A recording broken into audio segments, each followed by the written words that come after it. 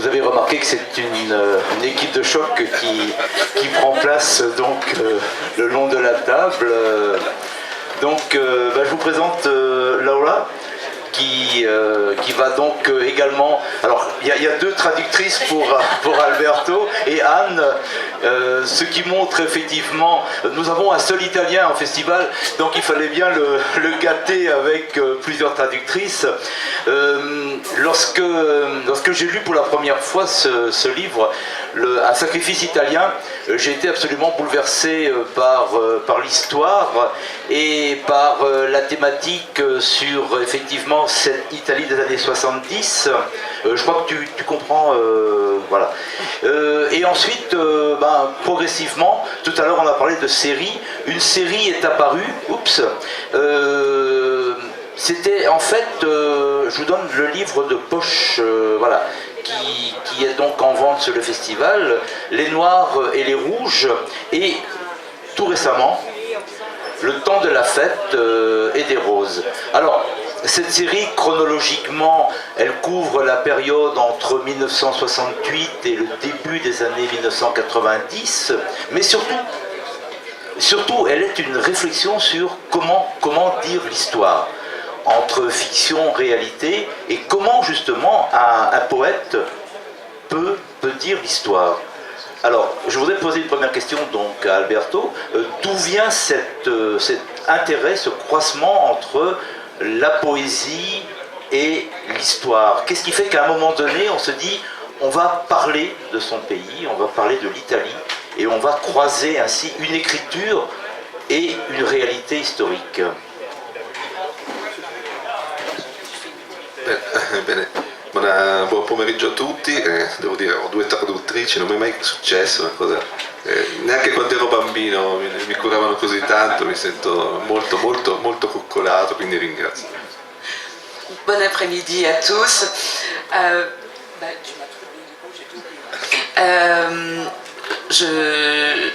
Je n'ai jamais été autant couvé, même quand j'étais tout petit. Voilà. Comunque vi ringrazio. Allora, io ho iniziato a scrivere poesie molto tempo fa, non mi ricordo neanche quasi più. J'ai commencé par écrire de la poésie il y a très longtemps, je me souviens même pas quand. E scrivevo poesia lirica. De la poésie lyrique. La poesia lirica è pensare a te stesso come se tu avessi molta importanza. La poésie lyrique, je la définis comme on parle de soi comme si on était la chose la plus importante. Quindi devi pensare a te stesso come se ogni istante della tua vita sia molto molto importante. Tu dois penser à toi comme si chaque instant de ta vie était très très très important.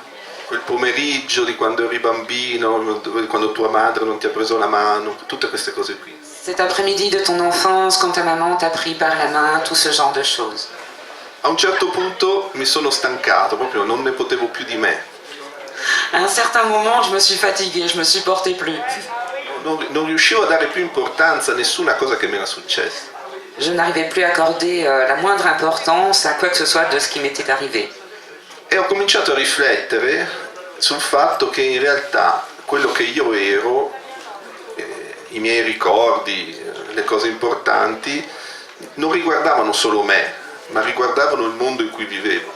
J'ai commencé à penser, à réfléchir et à réaliser que ce que j'avais vécu ne concernait pas que moi, mais concernait les autres. E che il mio immaginario, il mio mondo simbolico non era solo mio, ma era anche delle persone che mi stavano vicino e in generale del paese in cui vivevo. Mon imaginaire, mon imagination, mon univers fantasmagorique, je pouvais le partager avec les autres. Ça n'était pas que le mien, c'était un univers partagé. E io ero alla fine la parte finale, la parte vivente di una storia che era già stata decisa, di una storia che mi aveva portato in una certa situazione. J'étais un élément J'étais un des éléments de l'histoire, de ce qui était advenu. j'étais à un moment donné de l'histoire. Sì, io ero il frutto di una storia che era successa. J'étais le fruit, j'ai réalisé que j'étais le fruit d'une histoire qui s'était déroulée, qui existait. Ho cominciato a riflettere sulla storia italiana proprio in questo senso, per capire perché eravamo in quella situazione, cos'era successo prima che ci ha portato a essere nella situazione che vivevamo. Voilà ce qui m'a amené à réfléchir, à penser sur qu'est-ce qui nous avait amené, nous les Italiens, à cette situation. Qu'est-ce qui nous avait porté jusque-là. E quello che mi piaceva di più era vedere le cose che avevamo perso, non quello che avevamo guadagnato, ma quello che avevamo perso. Ce qui m'intéressait le plus était d'observer, de m'attacher aux choses que nous avions perdues et non pas à celles que nous avions gagnées, acquises. Per esempio Tutto il mondo ha voglia di ballare, che è le temps de la fée et des roses, e guardo gli anni '80 dal punto di vista di tutto ciò che c'era e che è scomparso in quel periodo. Donc ce roman, donc le titre italien est Tutto il mondo ha voglia di ballare. Le titre italien est Tout le monde a envie de danser. C'est vraiment un arrêt sur image de cette époque-là, de tout ce qui s'était passé. Voilà. Oui, et c'est... Oui, ça va. Et c'est en même temps un regard sans concession, un regard extrêmement cruel, parce que les années 80, vous le dites à 2 ou 3 reprises, c'est une époque de merde. C'est une décennie de merde, en fait, où en fait il y a un ennui, il y a une jeunesse qui fait la fête. C'est la grande période des fêtes de masse. On a l'impression qu'en Italie, tout va mieux parce que la période dramatique est terminée. Les Italiens ont gagné la Coupe du Monde en 1982, hein, mais malgré la victoire de la Coupe du Monde en 1982, il y a le Totocalcio, il y a tout cette... Voilà. Ma per esempio la vittoria della Coppa del Mondo del 1982 è stato il primo momento di gioia collettiva dopo il terrorismo. La victoire à la Coupe du Monde de 82 a été le premier moment de joie collective après cette période d'attentat, de terrorisme. E è stato un momento strano perché gli italiani hanno riscoperto che potevano andare in piazza a far festa. C'était un moment étrange parce que les Italiens ont redécouvert qu'ils pouvaient retourner sur les places, faire la fête. Durante tutti gli anni 70 i concerti non si potevano fare perché c'era sempre il rischio degli attentati. On ne pouvait plus faire de concerts plein air, du moins, de concerts sur les places pendant toutes les années 70 à cause du risque d'attentat. E riguardo agli anni 80, se ci pensiamo dal punto di vista storico, nel 1979 viene eletta la Thatcher, nel 1980 Reagan e il mondo cambia. Là vous avez compris, hein? E quello che adesso sembra scontato, che è il cosiddetto neoliberismo economico capitalistico, all'epoca non era scontato. La hora scontato, je sais plus. Ah oui. Oui, à cette époque-là, donc pour resituer, donc Thatcher arrive au gouvernement en 79 et Reagan en 80. Le néolibéralisme n'était absolument pas une chose évidente. E io infatti cerco di raccontare soprattutto i primi anni 80 come un'epoca dove c'era ancora il collettivismo degli anni 70, la creatività degli anni 70, la politica degli anni 70, ma già in qualche modo corrotta da un nuovo pensiero economico che poi avrebbe mangiato tutto. Voilà, il a comparé tout à l'heure le changement des années 80 par rapport aux années 70. Et il dit qu'il s'est attardé à étudier le début des années 80 où subsiste la politique des années 70, la créativité des années 70, les mouvements des années 70 et où émerge en ce début des années 80 cette nouvelle économie. E sì, era un periodo di merda, come dire. Però la cosa è... C'est traduit comme ça en français, dans la version française. Hein. No, ma infatti quello che ho detto, ma quello che cercavo di fare era di raccontarlo e col pathos di quello che avevamo perso, ecco, questo mi interessava. Tutte le cose che sono scomparse in quel periodo lì. Ce qui l'intéressait, c'était d'écrire surtout la douleur de toutes ces choses perdues à ce moment-là, dans ces années-là. Oui, de cette année de merde, donc. Oui, incontestablement. Et il semblerait que à la fin des années 80, il ne reste plus que l'écriture pour se sauver. Il reste le théâtre, il reste, je répète, la poésie. Et c'est en fait la seule chose qui nous permet de tenir encore. Sì, infatti io racconto un momento particolare che avviene nel 1985, quando in seguito a uno spettacolo teatrale che viene ritenuto scandaloso, il Ministero cambia la politica dei finanziamenti al teatro e quindi di fatto distrugge il teatro sperimentale italiano. Alors 1985. E lo spettacolo si chiama Eugenia Tangeri, Eugenia Tangeri, il titolo dello spettacolo. Donc c'est un spectacle de théâtre expérimental qui a eu lieu, qui a été mis en scène en 1985, a fait un grand scandale et la politique culturelle au niveau du financement a complètement changé à ce moment-là et a rendu impossible la continuité de ce type de spectacle. Era uno spettacolo che si svolgeva in un mattatoio e mentre gli attori recitavano c'erano queste persone che uccidevano gli animali, le mucche, insomma. Sì, sì. Alors, cette pièce de théâtre se déroulait, enfin, l'histoire de la pièce se déroulait dans un abattoir et sur scène, tandis que les comédiens récitaient, jouaient, il y en avait d'autres derrière qui abattaient réellement des bovins, des bêtes. Questo ha creato un grandissimo scandalo che poi ha portato alla ridefinizione dei finanziamenti, a un cambiamento totale, insomma, della politica culturale italiana. Voilà, donc ça a été un tel scandale que ça a remis en cause les modes de fonctionnement du spectacle vivant et l'attribution de financement.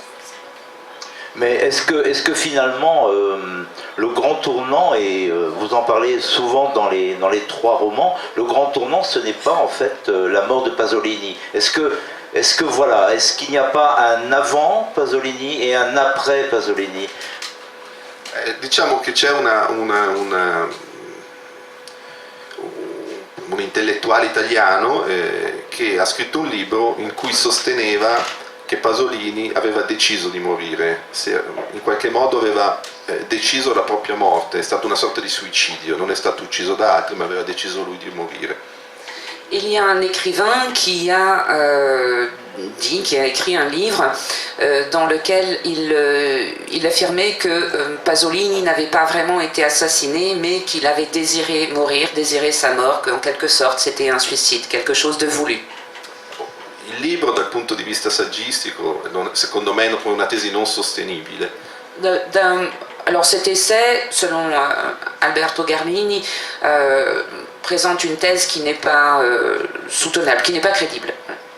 Però l'idea, diciamo, romanzesca di un poeta come Pasolini che nel 1975 decide di morire coscientemente in quel modo era un'idea romanzesca bellissima per me. Ce que Alberto apprécie beaucoup, c'est cette idée romanesque de prendre le poète et d'en faire quelqu'un qui décide de mourir à ce moment-là. E quindi nel mio romanzo ho fatto, romanzescamente ovviamente, nella fiction, ho preso questa tesi e ci ho costruito sopra il romanzo, immaginando appunto per l'Italia, con la morte di Pasolini, una sorta di fine dell'innocenza.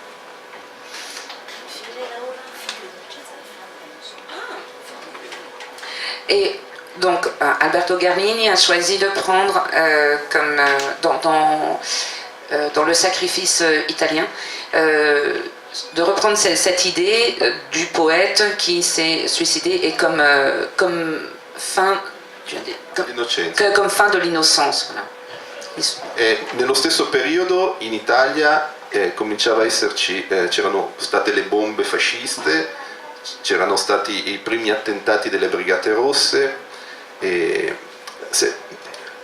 intanto puoi dire In quel periodo lì, quando Pasolini appunto è morto, ci sono state bombe, attentati e terrorismo. Ouais.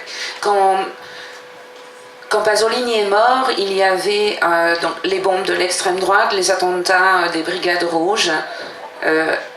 Oui. E se pensiamo al caso di Piazza Fontana che avviene nel 1969, Si on pense à l'attentat de Piazza Fontana donc à Milan en 69, è una bomba che è stata messa da un'organizzazione neofascista.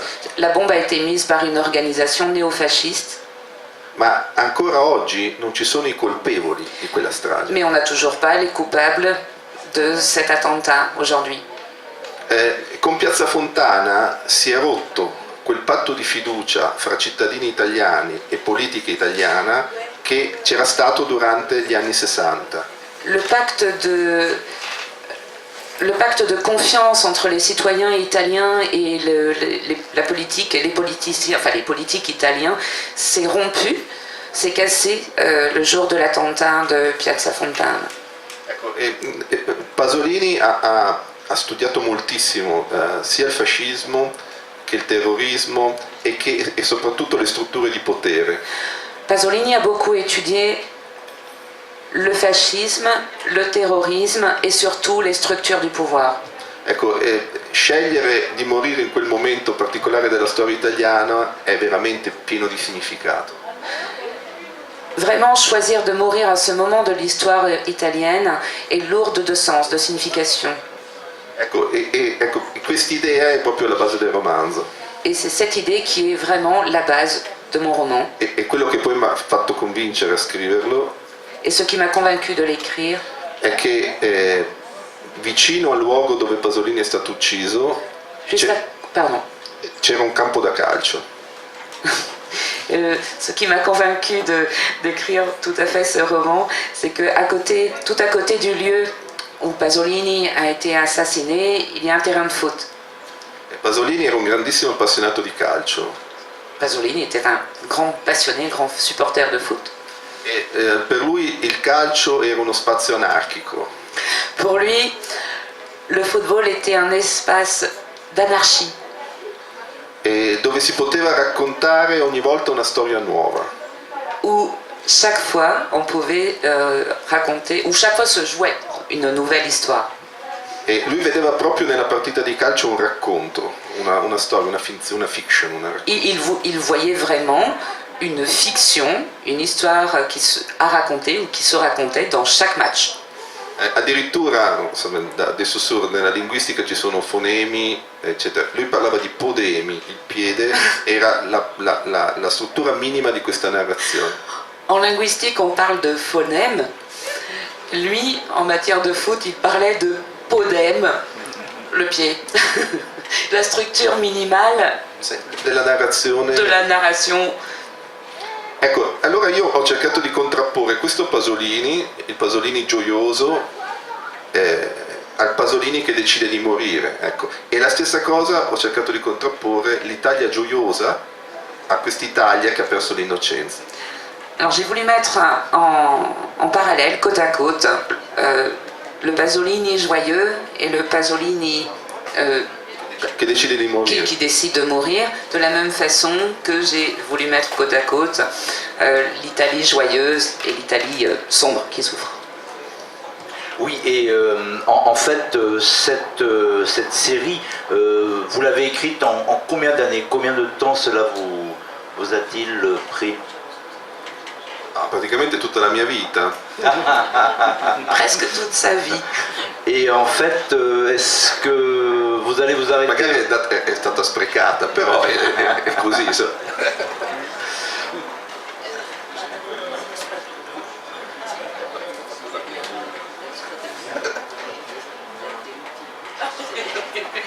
Ok, j'ai consacré presque toute ma vie, mais en fait ça a été inutile.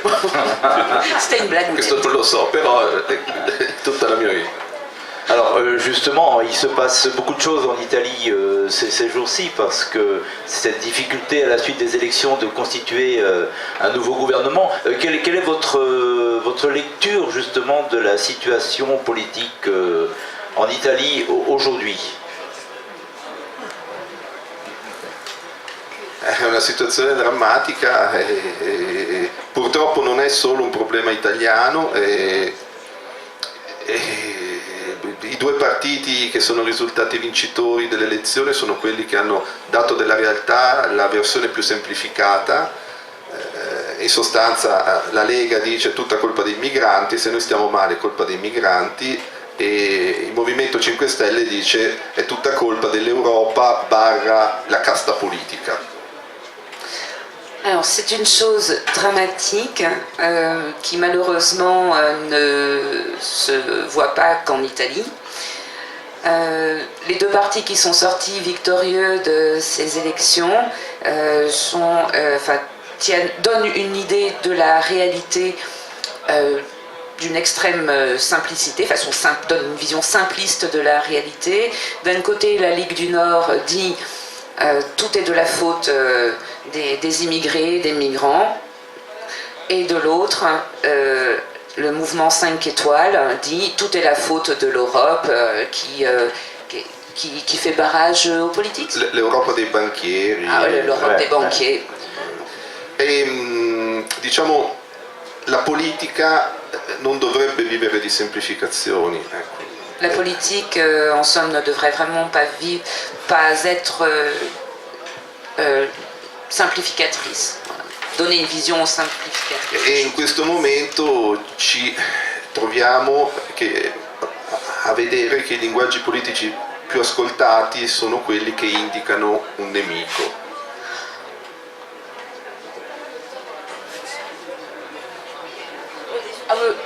Le langage politique qui a le plus de succès, qui est le plus écouté, est celui qui désigne un ennemi. Cioè, questo in generale storicamente non ha mai promesso niente di buono. Et ceci, en général, historiquement, on l'a vu dans l'histoire, n'a jamais rien promis d'engageant. Questo che ovviamente è una situazione preoccupante. E purtroppo non è una cosa solamente italiana, come dicevo, in tutta Europa c'è questa sensazione. Et c'est une situation très préoccupante, mais qui hélas ne se voit pas qu'en Italie, mais bien dans toute l'Europe, dans l'ensemble de l'Europe, aujourd'hui. Mais n'y a-t-il pas en Italie une caste de hauts fonctionnaires qui assurerait la continuité de l'État malgré toutes ces modifications politiques, un petit peu comme en France on a les énarques qui, quels que soient les gouvernements, font une certaine politique. Est-ce qu'en Italie ce ne serait pas la même chose en fait finalement ?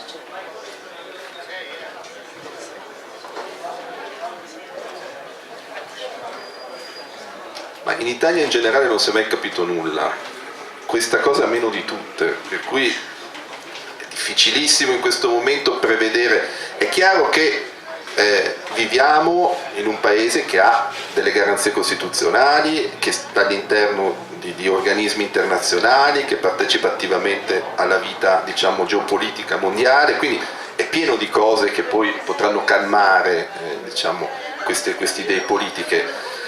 Però siamo in un momento chiaramente di transizione e capire cosa ci sarà non è facile, ecco, questo bisognerebbe avere la sfera di cristallo, ma io non ce l'ho.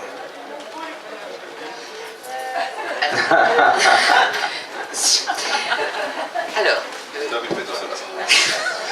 In Italia non è mai facile capire.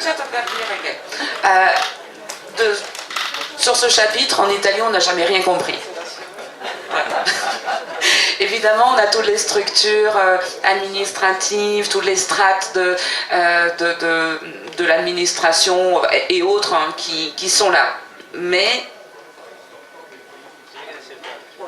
No, dico in generale, in questo momento non si sa cosa potrà succedere, diciamo molto semplicemente. À ce stade-ci des choses, on ne sait vraiment pas ce qui adviendra, ce qui peut advenir. E la cosa è che l'Italia, come tutti i paesi, ha delle garanzie costituzionali.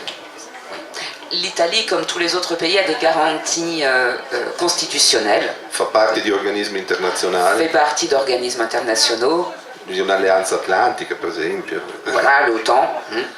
Ecco, e quindi tutti questi poteri evidentemente potranno calmare la situazione politica che si è creata adesso, che è radicale.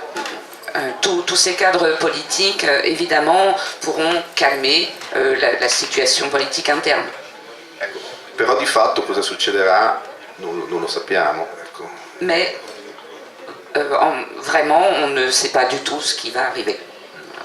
Alors comme c'est moi l'organisateur, j'ai le pouvoir de consulter le peuple, donc si le public a des questions à poser à Alberto, ce serait une première dans l'après-midi, donc n'hésitez pas. Est-ce que vous avez lu... voilà. Attendez, on va vous donner un micro à la fin.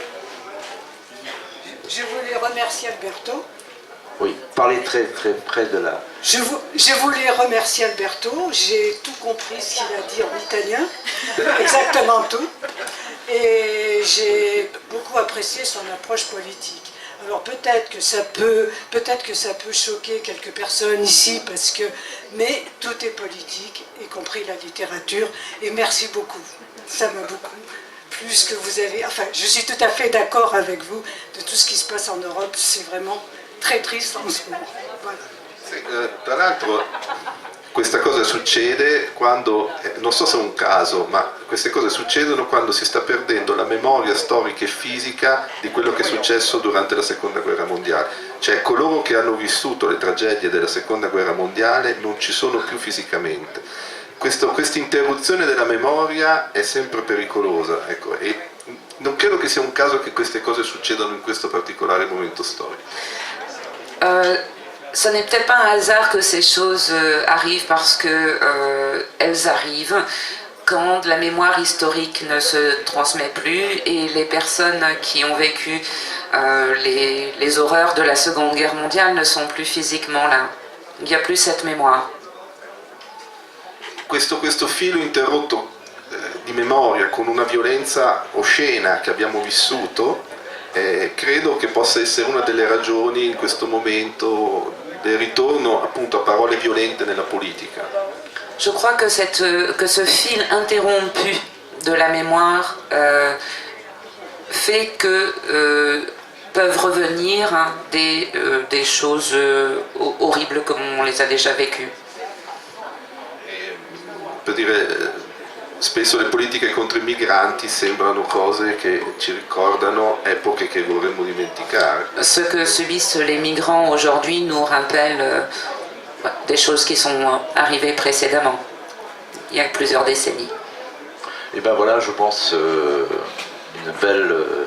belles paroles, et je crois qu'avec Alberto on retrouve cette idée que finalement ce sont les écrivains qui déchiffrent le mieux le réel, et merci Alberto, merci pour les livres, merci.